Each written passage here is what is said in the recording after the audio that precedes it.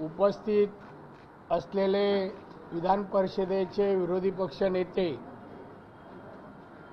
सन्माननीय प्रवीण दरेकरजी, आमदार अमित साटम, आमदार सुनील राणे, सन्माननीय आता ज्यांनी तुम्हाला निवेदन केलं ते त्या राणे द्विवेदी, बरोबर आहे ना, काय चूक सुधारा, उपस्थित सर्व पत्रकार मित्र, पत्रकार परिषद थोडा विलंब झाला, दिलगिरी व्यक्त करतो। कालही फार उशीर झाला, त्यामुळे आजच्या सगळ्या कार्यक्रम परिणाम झाला, पण आम्ही वेळेवर पोचण्याचा ठिकठिकाणी प्रयत्न करणार आहोत। आजची पत्रकार परिषद मुख्यतः जन आशीर्वाद यात्रा जी आहे त्यासंबंधी मी तुम्हाला माहिती देणार आहे। त्यानंतर तुमचे काही प्रश्न असतील ते तुम्ही विचारू शकता। ही जन आशीर्वाद यात्रा देशाचे पंतप्रधान माननीय नरेंद्र मोदीजी यांच्या संकल्पनेतून ही कल्पना आली आणि त्यांनी आम्हाला सर्वांना जे जे मंत्री झाले आहेत त्या सर्वांना सांगितलं, जनतेपर्यंत तुम्ही जा, तुमच्या राज्यात जा, जनतेकडे जा, त्यांच्या अडीअडचणी समस्या समजून घ्या आणि त्यांचे आशीर्वाद घेऊन तुम्ही आपल्या देशासाठी तुमच्या खात्याचा कारभार करा। आणि हे आदेश म्हणा, मार्गदर्शन म्हणा, त्यांनी केल्यानंतर मी कालपासून 19 ऑगस्टपासून मुंबई विमानतळाच्या लगत छत्रपती शिवाजी महाराज यांचा जो पुतळा आहे त्यासमोर नतमस्तक होऊन आम्ही तिथून निघालो आणि विमानतळ ते पूर्ण अगदी हुतात्मा चौकापर्यंत आम्ही मुंबई शहरामध्ये जन आशीर्वाद यात्रा घेऊन गेलो। ठिकठिकाणी लोकांनी आमचं स्वागत केलं, कार्यकर्त्यांनी स्वागत केलं आणि असं भेटत आशीर्वाद घेत आम्ही हुतात्मा चौकावर पोहोचलो। मध्ये आम्ही सावरकरांच्या स्मारकामध्ये गेलो, तिथे त्यांना नमस्कार केला, स्मारकाला त्यांचे आशीर्वाद घेतले। शिवाजी पार्क समोरच होतं आणि तिथे झालेलं स्मारक शिवसेना प्रमुख माननीय बाळासाहेब ठाकरे यांच्या स्मारकाला पण जाऊन नमस्कार केला आणि एकच वाक्य म्हणालो, ते आजही सांगतो, साहेब आशीर्वाद द्यायला तुम्ही आज हवे होता, साहेब मला आशीर्वाद द्या, मी यशस्वी होऊ दे, एवढं बोललो आणि निघालो। आणि असं करत अनेक ठिकाणांना भेट, देवळांना भेट, स्मारकांना भेट करत शेवट हुतात्मा चौकासमोर जाऊन आम्ही सर्वजण नतमस्तक झालो आणि त्यानंतर आमची यात्रा 10:30च्या सुमाराला समारोप झाला। या सर्व यात्रेच्या माध्यमातून गेल्या 7 वर्षामध्ये माननीय नरेंद्र मोदी साहेबांनी जी देशातल्या जनतेसाठी काम केली, देशाला प्रगतीकडे नेण्यासाठी जे काम केलेली आहेत तेही सांगण्याचा आम्ही प्रयत्न केला। या भारत देशाला हे 75 वर्ष अमृत महोत्सव सुरू आहे। या अमृत महोत्सवाच्या नंतर हा भारत कसा असावा, हा भारत महासत्तेकडे वाटचाल करणारा असावा, देशामध्ये निर्यातीमध्येही देश अग्रेसर असावा, जगाच्या पाठीवर दरडोई उत्पन्न भारतीयांचं वाढावं, यासाठी वेगवेगळे उद्योग व्यवसाय याची भरभराट हो, यासाठी ते करत असलेले प्रयत्न जातीने चौकशी करणं, आवश्यक फंड उपलब्ध करून देणं, हे काम सातत्याने करतायत. त्यांनी केलेली कामं तुम्हाला सगळे ज्ञात आहे.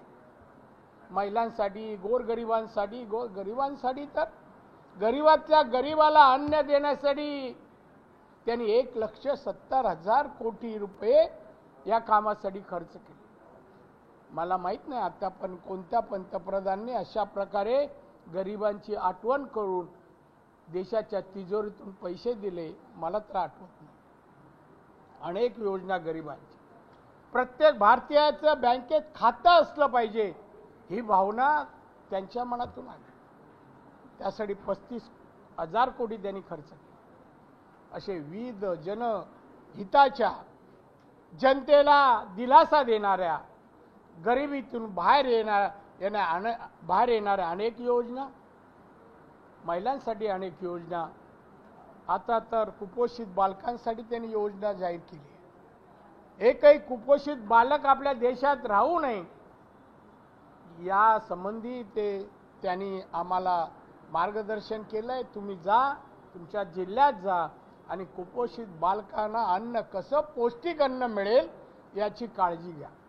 बांधवांनो, पंतप्रधान पदावर पोचल्यानंतर ह्या छोट्या छोट्या गोष्टीकडे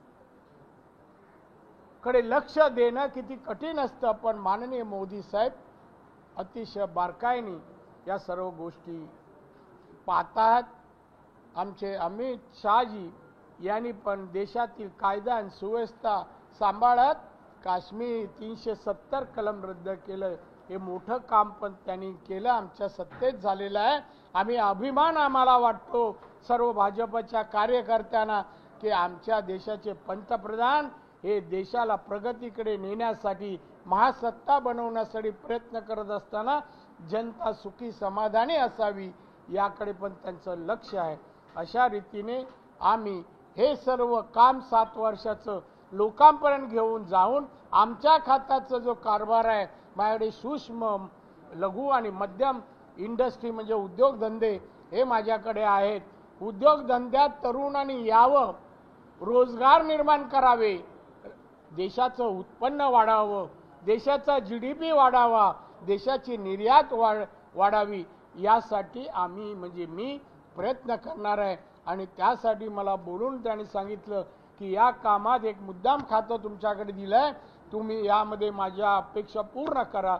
आणि म्हणून एक खातं माझ्याकडे दिलंय. मला वाटतं माझ्या महाराष्ट्रातील तमाम BJPच्या कार्यकर्त्यांच्या सहकार्याने मी याच्यामध्ये यश मिळवीन असं मला विश्वास वाटतो. आणि म्हणून मोदी साहेब किंवा भारतीय जनता पक्षाचं या देशातले सरकार अति जगामध्ये आज भारत देश आणि भारत देशाचे पंतप्रधान मोदी यांना एक वेगळं स्थान आहे, वेगळे पुरस्कार मिळालेले आहेत. आणि म्हणूनच सांगतो त्यांचं कार्य लोकांपर्यंत जावं, आपल्या पंतप्रधानांबद्दल लोकांना अभिमान वाटावा, नागरिकांना अभिमान वाटावा, अशा जोगं आम्ही सर्वजण काम करत आहोत. आपण यासंबंधी काही जरी प्रश्न असला तरी विचारा, मी आपल्याला उत्तर देईन.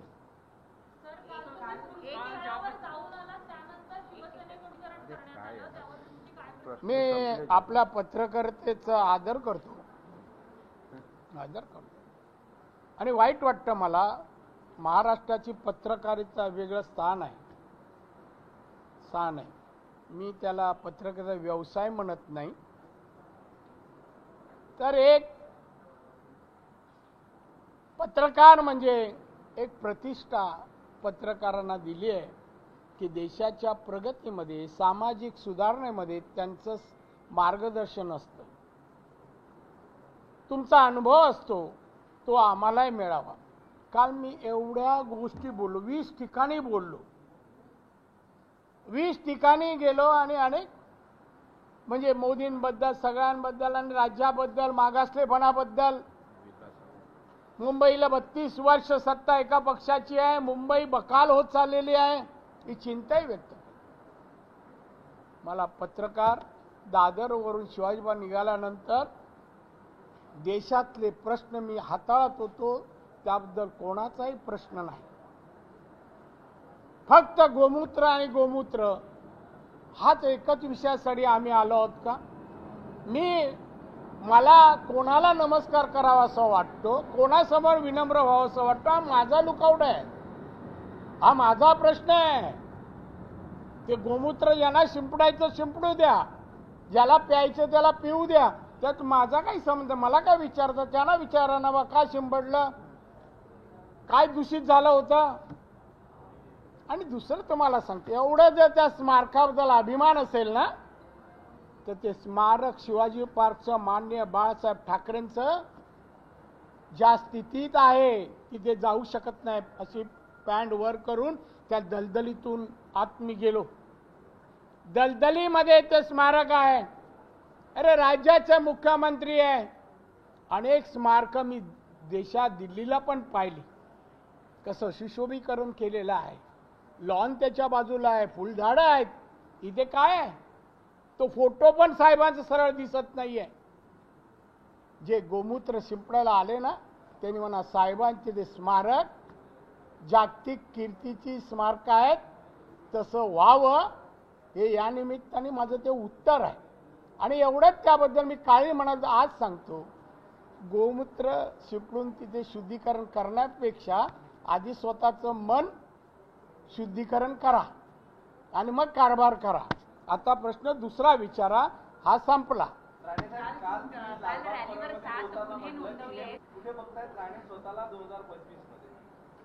मंत्री म्हणून हे शेवटचं म्हणजे संपलं नाही ना, कधी शेवट होईल कोणाला माहित.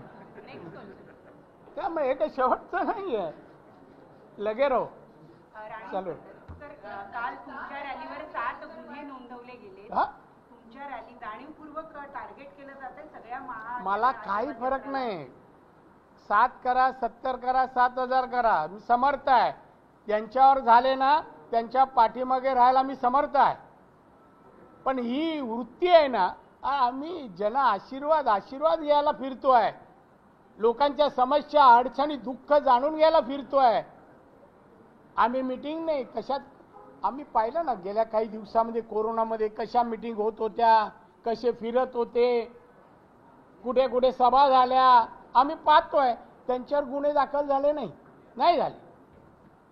पण ज्या सरकार गुन्हे नोंदवतं ना, त्यांना सांगायचं तुमच्या डोक्यावर कोणतरी दिल्लीला बसलेलं आहे, आम्ही वर आहोत, खाली आहे. अशा सूडबुद्धीने वागण्याचा काही फायदा होईल? हो, आमचा होईल. महाराष्ट्रातली आणि भारतातली जनता सूडबुद्धीने वागणारे, दुष्ट बुद्धीने वागणाऱ्यांना न्याय देत नाही. विनम्रपणे जनतेची सेवा करणारे, विकास करणाऱ्यांकडे जनता लक्ष देते. आणि म्हणून मुंबईचं परिवर्तन व्हायचं असेल, 32 वर्षाचा बकालपणा जर जायचं असेल, मिठी नदीतून वाहून जायचं असेल, तर सत्ता परिवर्तन आवश्यक आहे. बीजेपीची कॉर्पोरेशनमध्ये मुंबई महानगरपालिकेत सत्ता येणं आवश्यक आहे. आणि आम्ही मग जे परिवर्तन करू मुंबईचे, आम्ही जागतिक कीर्तीच्या शहरांबरोबर स्पर्धा करू आणि दाखवू लोकांना की आम्ही कसं शहर बनू शकतो. काय ज्या पद्धतीचा प्रतिसाद मिळतोय ठिकठिकाणी, अरे बाकी विचारत नाही, एकटाच विचारतायत. वाटतंय की मुंबई महानगरपालिकेवर भाजपचा भगवा फडकेल? हो, कालच वाटलं मला, काल वाटलं बोला, आज सकाळी सांगावं. सकाळी पत्रकारांना सांगितलेलं शुभ असतं म्हणून सकाळी पत्रकार परिषद ठेवली.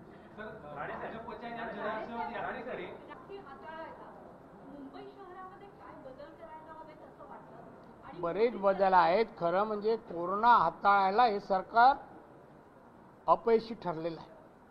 जे लाखोने लोक गेले त्याला कारण हे सरकार आहे. सरकारने योग्य तऱ्हेची उपाययोजना, वैद्यकीय सेवा उपलब्ध केली नाही. त्यामध्ये इंजेक्शन वेळीच मिळाली नाही. टेंडर काढत बसले, टेंडरमध्ये 12% कॉन्ट्रॅक्ट त्या टेंडर भरणाऱ्यांनी दिले नाही, टेंडर रद्द झालं. त्या माणसाला पाहिजे उभं करेल एक दिवशी, 12% मागितले त्याला. औषधात पैसे खाणारे सरकार, गोमूत्र ते आम्ही पवित्र आमच्या धर्मात मानतो, ते हातात घ्यायची पण पात्रता नाही. हे हेडलाईन हा तुझ्यासाठी.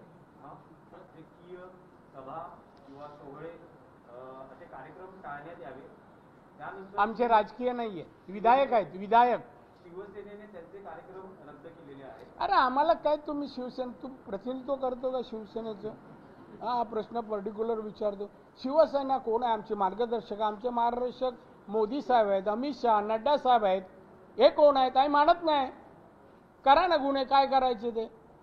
काय पावित्र्य सांभाळलं?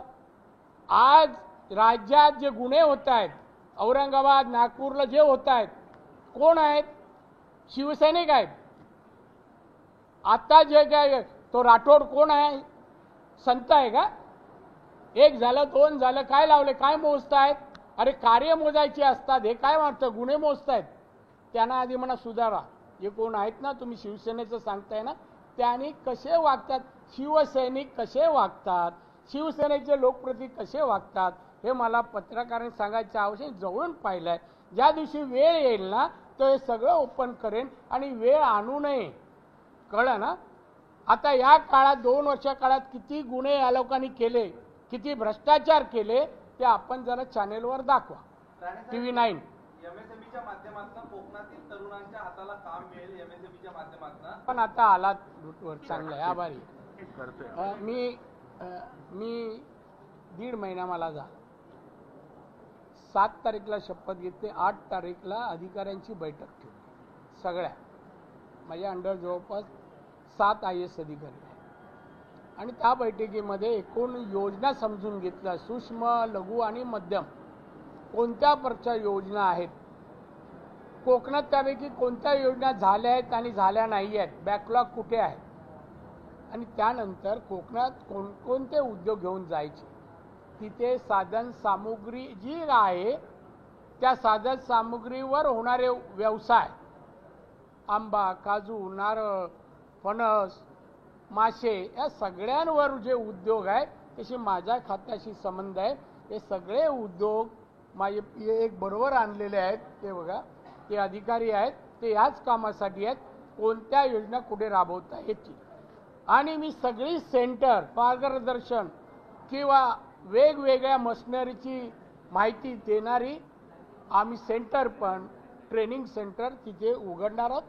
नुसतं सिंधुदुर्ग जिल्ह्यात नाही, रत्नागिरी, रायगड, ठाणे या कोकणाच्या परिसरात या खात्याचं काही काम झालेलं नाही. तसंच महाराष्ट्रात येईल, लघुउद्योग आणि उद्योगाला प्रोत्साहन मिळेल, बेकारांना काम मिळेल, उत्पन्न वाढेल, आणि मी राज्याचं दरडोई उत्पन्न वाढवून GDP वाढण्याजोगं काम करेन, असं मला आत्मविश्वास आहे. दादा संजय राऊतांना विचारला असता ते असं म्हणाले की मी याविषयी ओळख करून देईन, जवळ बोलवीन आणि ओळख करून देईन.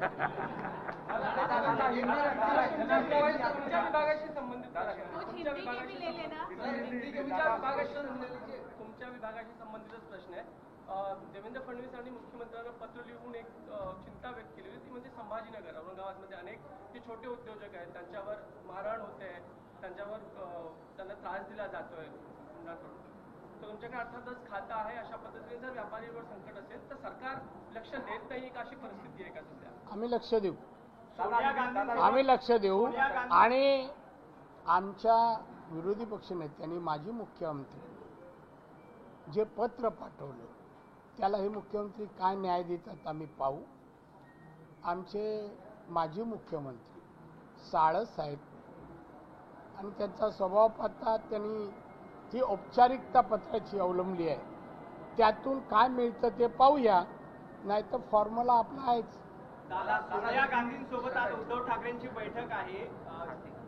हे बघा, आमच्या खात्याचे सोबत घेऊन आलोय, तुम्हाला हे देऊ आम्ही, हे आम्ही तिकडे वाटणार, आणि मग ज्यांना ज्यांना उद्योगधंद्यात यायचं आहे तर ते येऊन नावं देतील, आणि तसा उद्योग आम्ही सबसिडी 35 ते 90% आहे, काही ठिकाणी 100% आहे.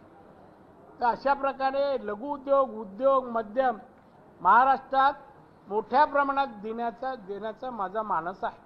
सोनिया गांधींसोबत आज उद्धव ठाकरेंची बैठक आहे. सोनिया गांधींसोबत उद्धव ठाकरेंची आज बैठक आहे. भाजपच्या विरोधात शिवसेना आणि काँग्रेस देश पातळीवर एकत्र होऊ पाहते, याच्याकडे तुम्ही कसं बघता? आणि बद्दल ऐकून तुमच्या माध्यमातून मला माहित नाही, मी साहेबांसोबत 39 वर्ष संघटनेत काढली. साहेबांची विचारधारा हिंदुत्वाची होती. त्यांनी जे काय केलं ते हिंदुत्व आणि मराठी माणसासाठी केलं. त्यांनी कधी सलोखा आणि सत्तेच्या लोभापोटी हिंदुत्वाचा त्याग केला नाही, कधी त्याग केला नाही. आता लाचारी करतायत आणि लाचारीचं एक भाग म्हणून आजची बैठक आहे. हिंदी में जानना चाहेंगे मराठी संपलं पहिला. जे निर्णय झाले आहेत त्याने तुम्ही समाधानी आहात का? विरोधी पक्ष असे म्हणत आहेत की केंद्र सरकारने फसवणूक केलेली आहे. नाव सांगाल ना? पवार साहेब म्हणाले. अच्छा, आता हिंदी थांबा, मला उत्तर द्यायचं. हा महत्वाचा प्रश्न आहे आणि मोठे नेत्यांनी केंद्र सरकारचं नाराजी व्यक्त केली आहे. ते विधेयक होतं, बिल होतं, लोकसभेत आणि राज्यसभेत चर्चेला आलं. ज्याने कोण तू नावं सांगतोयस त्यांनी तिथे विचार मांडले का हे चुकीचं बिल आहे, याचा काय उपयोग नाही, केंद्र सरकार दिशाभूल करते. का नाही बोलले? माझ्याकडे सगळ्यांच्या भाषणाचे मी प्रती घेतले आहेत. कोण काय बोलले नाही? का नाही बोलले? बरं, काय चुकीचं आहे? काय चुकीचं आहे? मी समितीचा अध्यक्ष होतो, बरोबर ना? मराठा आरक्षण मी जो कायदा जे काय अहवाल दिला सरकारला त्यामध्ये आरक्षण मिळालं होतं, हायकोर्टातही मान्य झालं होतं. घटनेच्या कलम 15(4) आणि 16(4) प्रमाणे सामाजिक शैक्षणिक मागासलेपणा प्रूव्ह करून आरक्षण देण्याचा राज्य सरकारला अधिकार आहे. ही घटना सांगते. जे सांगतात त्यांनी घटना वाचावी. याच आधारे तामिळनाडू पकडून अनेक 15 राज्यामध्ये याच कलमाचा आधार घेऊन 50-52% वर आरक्षण दिलंय. 52% वर कसं जाता येतं? 15(4) आणि 16(4) नी जाता येतं. तुम्ही आज सांगा, जरा घटना घ्या, तज्ज्ञ घ्या आणि बघा ते कसं मिळालं. आता जे आलेलं आहे ते 102 घटना दुरुस्ती जी झाली त्या घटना दुरुस्तीमध्ये जे आपले हे म्हणत होते, कोर्टाने सांगितलं की त्यामध्ये अधिकार महाराष्ट्राला नाही आहे, त्याचं क्लेरिफिकेशन 342च्या माध्यमातून आता परवा विधेयका माध्यमातून करण्यात आलं, शुद्धीकरण. त्यामुळे जे कोण बोलतात काही संजय त्यांना एकच माहिती, काहीतरी निगेटिव्ह बोलायला पाहिजे. कारण अभिनंदन, चांगल्याला चांगलं म्हणणं हा माणुसकीचा धर्म आमच्या विरोधकांकडे नाही राहिला, समजलं की नाही? आणि म्हणून काहीतरी कारण काढायचं, सरकारला दोष द्यायचा किंवा आपलं नैराश्य. आता सगळे जेलमध्ये जाण्याच्या दिशेने चाललेले आहेत. फिर तर हायकोर्टाने फेटाळलं. आता ही पक्षातली नाराजी, पक्षाच्या लोकांना आज जाताना सरकार मदत करत नाही याची नाराजी म्हणून तसं वाक्य आहे. हे सरकार कायदा जो केलाय तो काय कामाचा नाही. कळलं माझं वाक्य? कळलं? हा, नाही हातपाय बांधून नाही ठेवले, सोडता यायला पाहिजे ना. आपण परिपक्व पॉलिटिशियन असो, एवढे आयुष्य जर पवार साहेबांनी राजकारणात आणि केंद्रात घालवलं असेल तर हात बाहेर काढण्याची बुद्धिमत्ता त्यांच्याकडे आहेच. त्यामुळे आरक्षण कसं देता येईल हा प्रस्ताव राज्य सरकारने करावा, अभ्यास करून. त्यांना करता येत नाही किंवा करायचं नाही म्हणून केंद्र सरकारवर बोट दाखवत आहेत. आपला या मराठा आरक्षण द्यायच्या मनात नसल्यामुळे हे असा आरोप आहे. दादा, हिंदी में जानना चाहेंगे कि कई लोगों के ऊपर जो शिवसेना के नेता हैं उन पर मामले दर्ज नहीं हो रहे हैं, आपकी रैली में 7 गुना दर्ज हो रहे हैं, इसको कैसे देखते हैं? और आगे भी आपकी रैली है, फिर भी आगे भी गुना इस तरीके से दर्ज होंगे? नहीं, आगे होंगे या अभी हो गए, हमें कोई फिक्र नहीं है. हम फिक्र नहीं करते. हमें सामाजिक सेवा करना है, लोगों का काम करना है, लोगों को नौकरी देना है, इसलिए हम लोग घूम रहे हैं. 7 साल में हमारे मोदी साहब ने जो इस देश में काम किया है तरक्की के लिए, हमारा भारत देश महासत्ता की तरफ जाना चाहिए, महासत्ता बनना चाहिए, ये उनकी कोशिश रही है. इनका प्रबोधन हम लोगों में कर रहे हैं, तो उसमें केस लेते हो लेने दें. उनको उसमें मजा आती होगी। और उन लोग इतना उनके ऊपर गलत महिला के ऊपर हत्यार औरंगाबाद में कितने चले हैं। अरे एक तो क्वेश्चन पूछो, एक तो सुनो, आपस में क्यों बोल रहे? नहीं तो बात करके आए अपन, प्लीज वो बोलो ना का। दादा एक सवाल और है। आज जिस तरीके प्रधानमंत्री मोदी को 2024 में डाउनग्रेड करने के लिए यूपीए एक बड़ी बैठक कर रही है और उद्धव ठाकरे उसमें हिस्सा ले रहे हैं, इसको कैसे देखते हैं? अरे उद्धव ठाकरे शिवसेना इतनी है, 56 विधायक है, देश में क्या है? वो मेहरबानी से मुख्यमंत्री बने, उनका क्या है? उसका हिस्सा क्या करेगा हमारा? उनके भी अभी सांसद भी है ना, वो हमारे मोदी साहब के आशीर्वाद से है। अभी हम लोग बाजू में हट जाएंगे, 5 नहीं आएंगे, 5।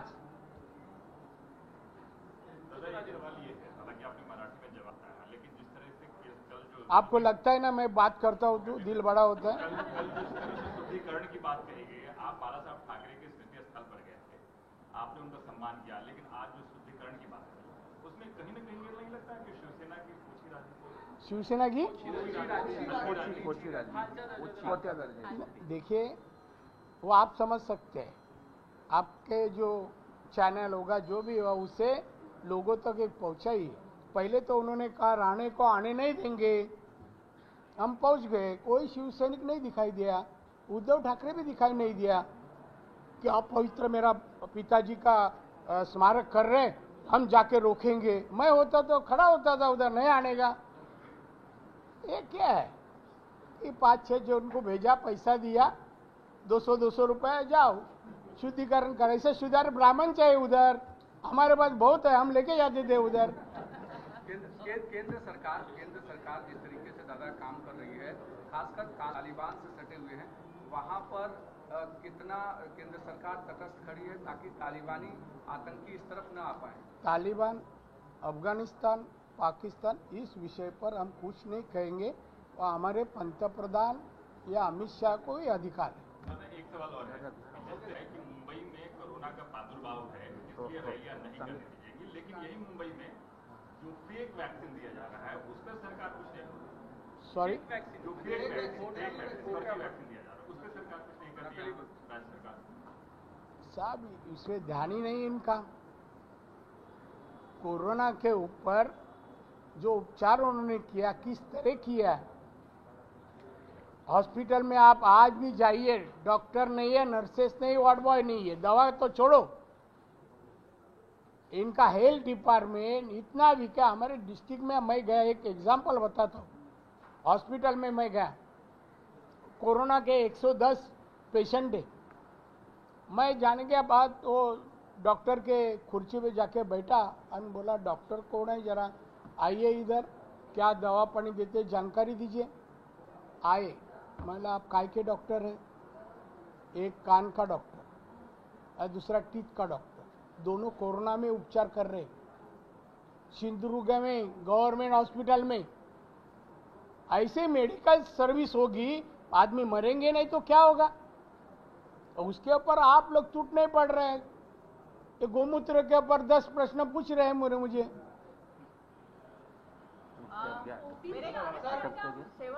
विधेयक लाया, उसमें भी स्पष्ट है जो ओबीसी के 27% आरक्षण है वो तो मिलते रहेगा, सरकार उसमें कुछ भी नहीं करे, इंटरफेयर नहीं करे, वो तो मिलते रहेगा।